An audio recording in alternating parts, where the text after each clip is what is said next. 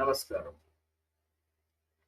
ఈ భూమి మీద జన్మించినటువంటి ప్రతి ప్రాణి తన కోసం తను ఆలోచించగలదని, తన నిర్ణయాలను తనే తీసుకోగలదని, అవి కేవలం మనుషులకు మాత్రమే కాకుండా ప్రతి జంతువులకును, పక్షులకును కూడా వర్తిస్తుందన్నది మనం మనం గమనిస్తున్నాం. ఒకవేళ మనం జంతువులను గాని, పక్షులను గాని గమనించినట్లయితే ఏ సమయంలో వాళ్ళు ఎలా ప్రవర్తించాలో, ప్రమాదం వచ్చినప్పుడు ఎలా తప్పించుకోవాలో వాళ్ళు నిర్ణయించుకోగలిగే ఆ సృజనాత్మక శక్తి వాళ్ళలో ఉందన్నది మనం వాళ్ళ వ్యవహారాల వాళ్ళ జీవిత శైలిని గమనించినట్లయితే మనకు అర్థమవుతుంది.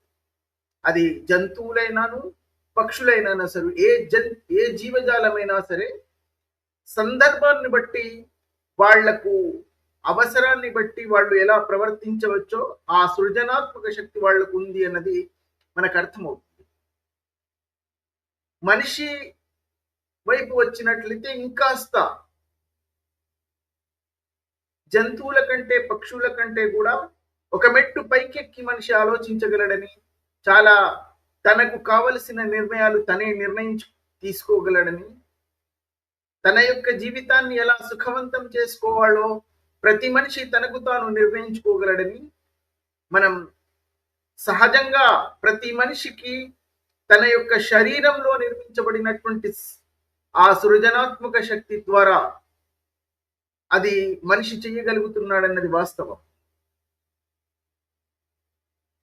ఒకవేళ మనం విశ్వాసాన్ని పరిగణలోకి తీసుకున్నట్లయితే చాలా మంది ఈ భూమిలో, ప్రపంచంలో ఒక మహత్తరమైనటువంటి సృష్టిని సృష్టించినటువంటి సృష్టికర్త ఎవరో ఉండి ఉంటారు అని విశ్వాసించే వాళ్ళ సంఖ్య ఎక్కువగా ఉంటుంది. కాబట్టి ఒకవేళ నిజంగానే ఈ బ్రహ్మాండమైనటువంటి విశ్వాన్ని, ఈ సృష్టిని, ఈ ప్రకృతి వైభవాన్ని, ఈ సహజ వనరులను అన్నిటినీ మనిషి కోసం సిద్ధపరిచినటువంటిది ఏదో ఒక మహత్తరమైన శక్తి ఇది సమకూర్చిందని భావించినట్లయితే, అలాంటి శక్తి ఈ మనిషికి ఆలోచించగలిగే శక్తిని, సృజనాత్మకతను, సందర్భాన్ని, అవకాశాన్ని బట్టి నిర్ణయాలు తీసుకోగలిగే ఒక గొప్ప ఆలోచన శక్తిని కూడా ఇచ్చాడని బహుశా మనకు తెలుస్తుంది.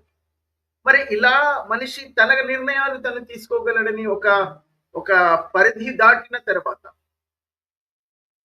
ఇప్పుడు చిన్న పిల్లలకు ఏం కావాలో వాళ్ళు నిర్ణయించుకోలేకపోవచ్చు, కానీ వాళ్ళ కోసం వాళ్ళు ఎవరి నియంత్రణలో అయితే ఉన్నారో, ఎవరి పరిధిలో అయితే వాళ్ళు తమ జీవితాన్ని గడుపుతున్నారో వాళ్ళు నిర్ణయిస్తారు అన్నది వాస్తవమైనప్పటికీ, కానీ ఆ చిన్న పిల్లలు సైతం వాళ్ళు ఆటలాడే విధానంలో కానీ, వాళ్ళు చదువుకుంటున్నటువంటి విధానంలో సైతం కొన్నిటిని వాళ్ళు నిర్ణయించుకోగలిగే పరిణితిని మనం చూస్తాం.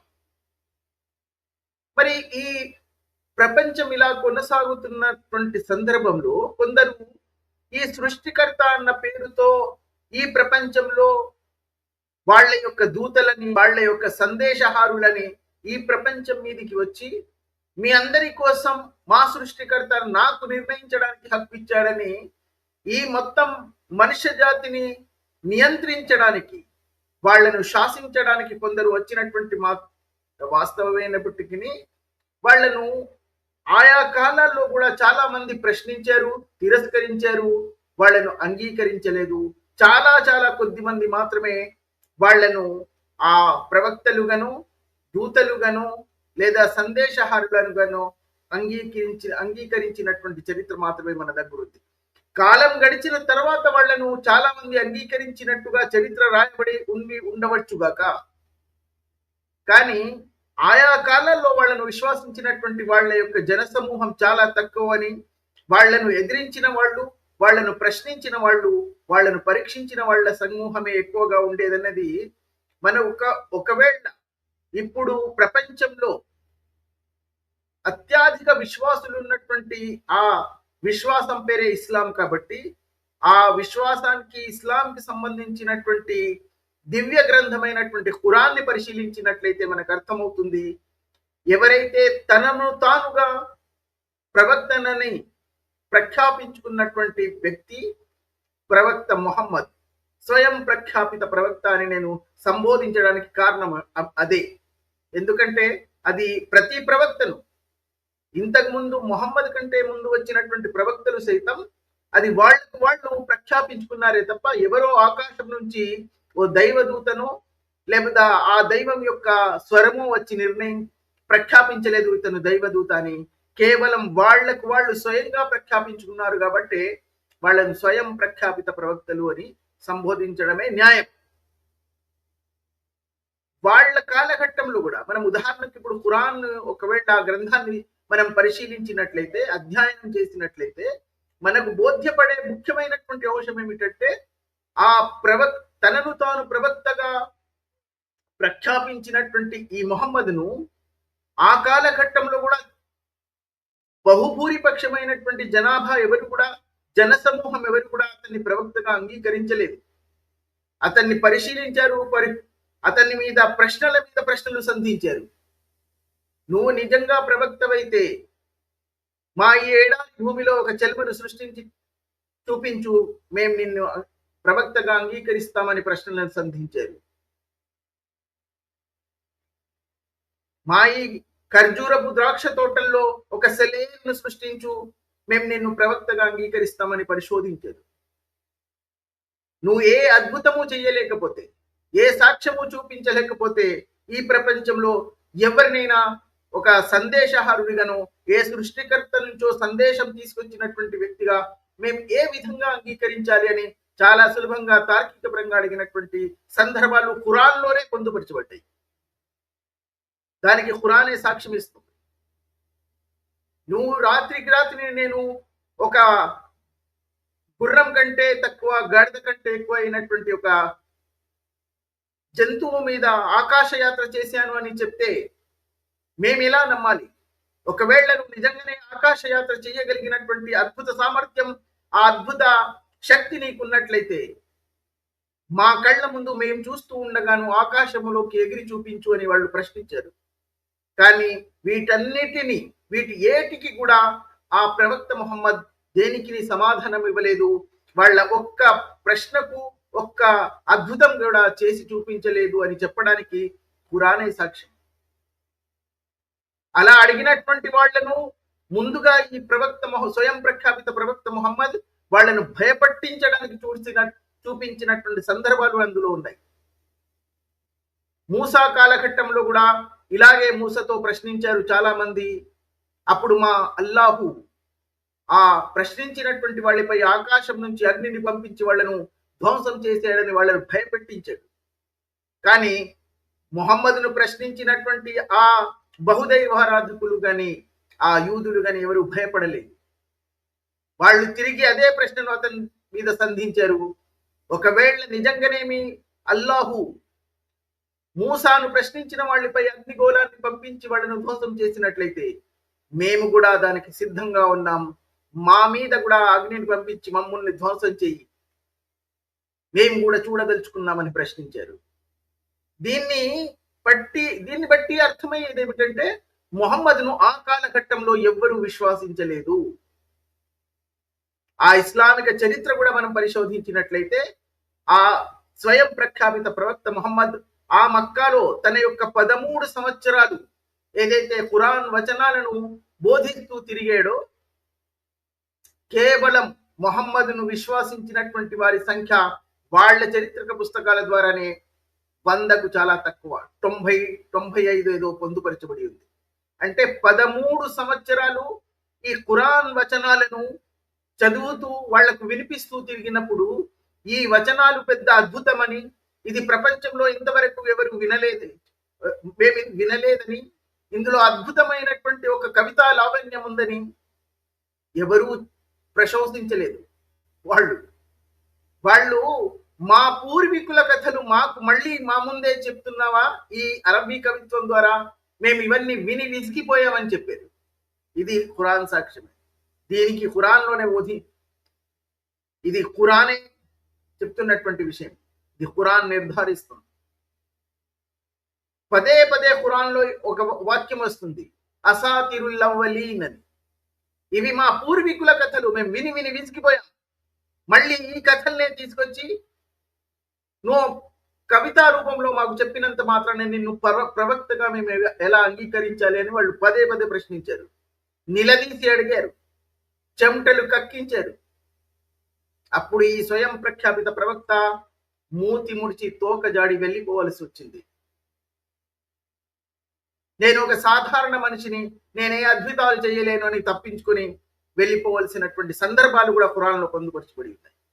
అంటే దీన్ని బట్టి మనకు అర్థమయ్యేది ఏమిటంటే, ఈ ప్రవక్త ముహమ్మద్ గాని ఇంతకు ముందు వచ్చినటువంటి ఏ ప్రవక్తలైనా సరే వాళ్ళ కాలఘట్టంలోని మనుషులు ఎవరు వాళ్ళని విశ్వాసించలేదు. ఎందుకంటే వాళ్ళెవ్వరు కూడా ఏ సాక్ష్యము చూపించలేదు, ఏ ఆధారము వాళ్ళు చూపించలేకపోయారు, ఏ అద్భుతము చెయ్యలేదు. కాబట్టి వాళ్ళు ఎవరు నమ్మలేదు. అది సాధారణం. ఇప్పుడు మన ముందు ఎవరైనా వచ్చి నేను ఆకాశం నుంచి సందేశం తీసుకొచ్చాను, నేను సందేశహారుని అంటే ఈ కాలంలో ఎల్కేజీ కుర్రవాడు కూడా నవ్వుతాడు. ఏది నువ్వు ఆకాశం నుంచి వస్తే నువ్వు ఏదైనా అద్భుతం చేసి చూపించు అని ఎల్కేజీ చదువుతున్నటువంటి వాళ్ళు కూడా అడుగుతారు.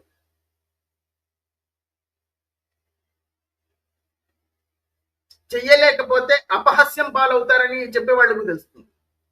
కానీ మరి ఈ కాలంలో 1400 సంవత్సరాల క్రితం వచ్చినటువంటి ఈ స్వయం ప్రఖ్యాపిత ప్రవక్త ముహమ్మద్ను ఇప్పుడు కోటాను కోట్ల మంది ఎలా విశ్వాసిస్తున్నారు అంటే దానికి ఉన్నది ఒకే ఒక సమాధానం.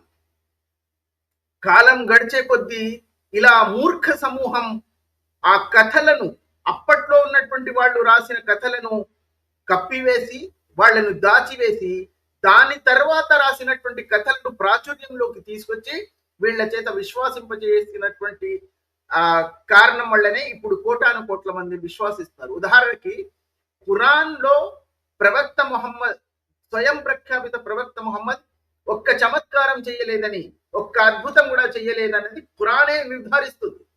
కానీ ఈ స్వయం ప్రఖ్యాపిత ప్రవక్త ముహమ్మద్ చనిపోయిన 300-400 సంవత్సరాల తర్వాత కొందరు పుస్తకాల మీద పుస్తకాలు రాసి ముహమ్మద్ 500 అద్భుతాలు చేశారని, ఇన్ని సాక్ష్యాలు చూపించారని, అద్భుతాలు చేశారని ఏవేవో కథలు రాసి ఆ అసలు సిసలైనటువంటి ఖురాన్ లో ఉన్న సత్యాన్ని దాచివేసి ఇది కేవలం ఈ ముహమ్మద్ను ప్రవక్తగా నిలబెట్టడానికి కొంతమంది ఆడినటువంటి నాటకాల వల్లనే సాధారణమైనటువంటి జనాలు ఎవరైతే ఉన్నారో వాళ్ళు దాన్ని అర్థం చేసుకోవడానికో, వాస్తవమైనటువంటి నిజమైనటువంటి గ్రంథాలను చదివి అర్థం చేసుకోవడానికో వాళ్ళు ఎప్పుడు ప్రయత్నించరు. అందుకే వాళ్ళని నేను మదర్సా మూర్ఖులని నామకరణం చేస్తూ ఉంటారు, వాళ్ళని అలా సంబోధిస్తూ ఉంటారు.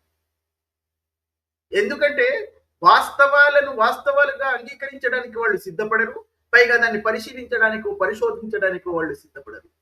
కేవలం ఈ మత ప్రచారకులు ఏం చెప్తున్నారో అదే వింటారు, దాన్నే విశ్వసిస్తారు, అదే నిజమని నమ్ముతారు. దాన్ని కనీసం వాళ్ళు చెప్పే విషయాల్లో ఏదైనా తర్కం ఉందా, ఇది తర్కానికి నిలబడగలుగుతుందా అన్నది కూడా వాళ్ళు పరిశీలించరు. పైగా దాన్ని సమర్థించడానికి తన వంతు కృషి సైతం వాళ్ళు చేస్తూ ఉంటారు. ఉదాహరణకి ఇప్పుడు ఈ స్వయం ప్రఖ్యాపిత ప్రవక్త ముహమ్మద్ ఆయేషాను వివాహం చేసుకోవడానికి ఆడిన నాటకం, తన స్వప్నంలో దైవదూత ఒక పట్టు వస్త్రాల్లో ఒక బహుమతిని నాకు బహూకరించారని, ఆ బహుమతి నేను ఆ పట్టు వస్త్రాలను తొలగించి చూసినప్పుడు అందులో ఈ చిన్న పాప ఉందని, ఈమెను వివాహం చేసుకోవాలని ఈ దైవదూత, ఇది అల్లాహు యొక్క ఆజ్ఞ అని, అల్లాహు నిర్ణయించాడని, ఆ చిన్న పాప మరెవరో కాదు, ఇది ఆయేషా అని, అందువల్లనే నేను ఆయేషాను అల్లాహు యొక్క ఆజ్ఞ ప్రకారం మాత్రమే చేసుకున్నానని వాళ్ళ తల్లిదండ్రులను విశ్వాసింపజేసి ఉండవచ్చు గాక, లేదా అబూబకర్ లాంటి వాళ్ళు కేవలం ఆ కథను విశ్వాసించకుండా తన యొక్క స్వార్థంతో, తన లాభం కోసం తన 6 సంవత్సరాల కూతుర్ని ఈ 54 సంవత్సరాల స్వయం ప్రఖ్యాపిత ప్రవక్త ముహమ్మద్ ఇచ్చి ఉండవచ్చు. అందులో అబూబకర్ విశ్వాసించాడని ఆ కథ ఎలా కూడా మనం ఆలోచించడానికి వీల్లేదు. కేవలం తన సొంత లాభం కోసం ఒకవేళ ఈ మొహమ్మద్ ఒకవేళ రాజు అయితే నేను సామంత రాజును అవ్వగలుగుతానేమో, లేదా అతను ఒక సామ్రాజ్యాన్ని స్థాపిస్తే నేను అందులో భాగం అవుతానేమోనన్న ఆశతోనో స్వార్థంతోనో ఇచ్చేసి ఉంటాడే తప్ప ఇలాంటి కథను ప్రపంచంలో ఎవ్వరు నమ్మరు.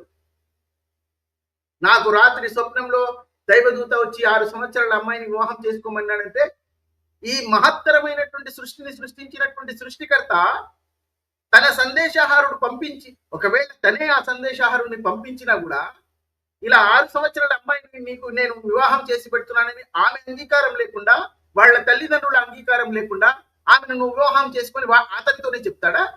ఒకవేళ అలాంటి ఆదేశం ఏదైనా ఇవ్వదలుచుకుంటే అబూబకర్కు వాళ్ళ భార్యకి ఇవ్వాలి. మీ అమ్మాయిని ఈ మొహమ్మద్కి ఇచ్చి పెళ్లి చేయండి, అతను నా సందేశాహారుడు అని. అది కూడా న్యాయం కాదు.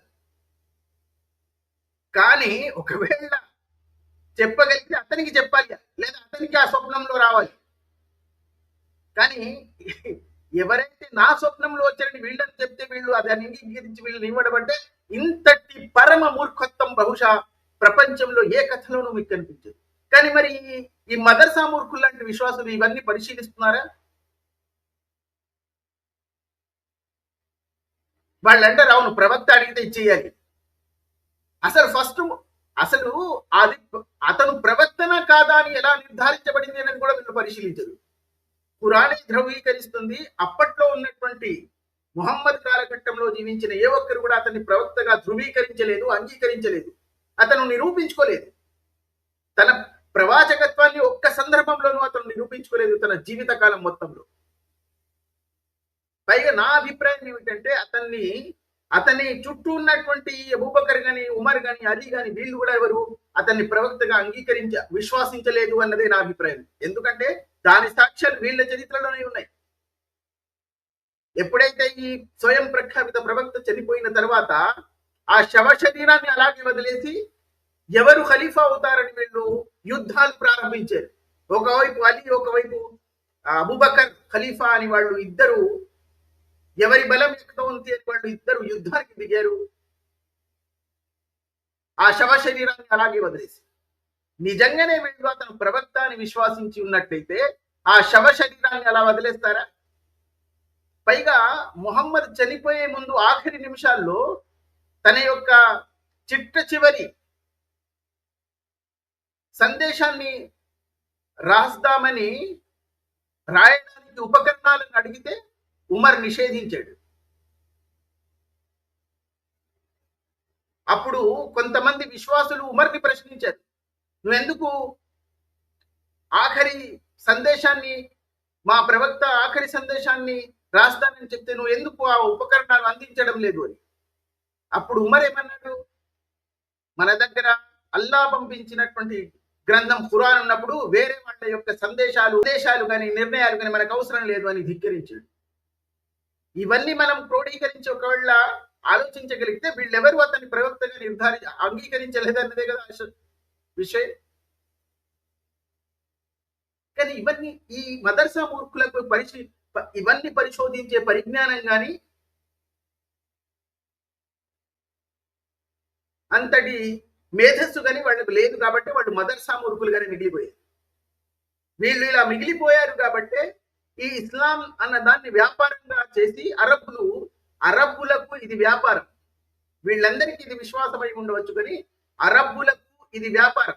మీరు ఒకవేళ సౌదీ అరబ్ను కానీ గమనించినట్లయితే వాళ్ళకి ఇది విశ్వాసమే కాదు, వాళ్ళకి అది వ్యాపారం. ఈ మదర్సా మూర్ఖుల ద్వారా విశ్వాసింపజేసి వీళ్ళు సంపాదించిన కష్టార్జితాన్ని సంవత్సరానికి హజ్ రూపంలో అక్కడికి వీళ్ళని రప్పించి అక్కడ ఒక నల్లని రాయిని స్థాపించి దీన్ని మీరు ముద్దు పెట్టుకోవాలి, విగ్రహారాధన నిషేధం అని చెప్పే ఇదే ఇస్లాం మళ్ళీ అదే నల్లని రాయిని ఒకటి మక్కాలో స్థాపించి దాన్ని ముద్దులు పెట్టుకుంటే మీ పాపాలన్నీ పోతాయన్న ఇంత అజ్ఞానాన్ని వాళ్ళ చేతి చేయిస్తున్నారంటే వీళ్ళని ఏ నామంతో పిలవాలి ఈ మూర్ఖపు విశ్వాసులు?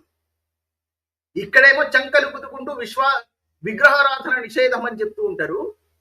వేల కిలోమీటర్లు, లక్షల రూపాయలు ఖర్చు పెట్టి వెళ్ళి అక్కడ నల్లని రాయిని ముద్దు పెట్టుకొని దాని ముందు తల వంచి అది చుమ్మనం దాన్ని చుంబిస్తే మన పాప ప్రక్షాళనం జరుగుతుందని విశ్వసించి వస్తూ ఉంటారు. అక్కడికి వెళ్ళి శిరోజాలు సమర్పిస్తూ ఉంటారు. ఇక్కడ ఎవరైనా ఆ హైందవ సంస్కారులు శిరోజాలను సమర్పిస్తే వాళ్ళను అవహేళనకు చేస్తారు.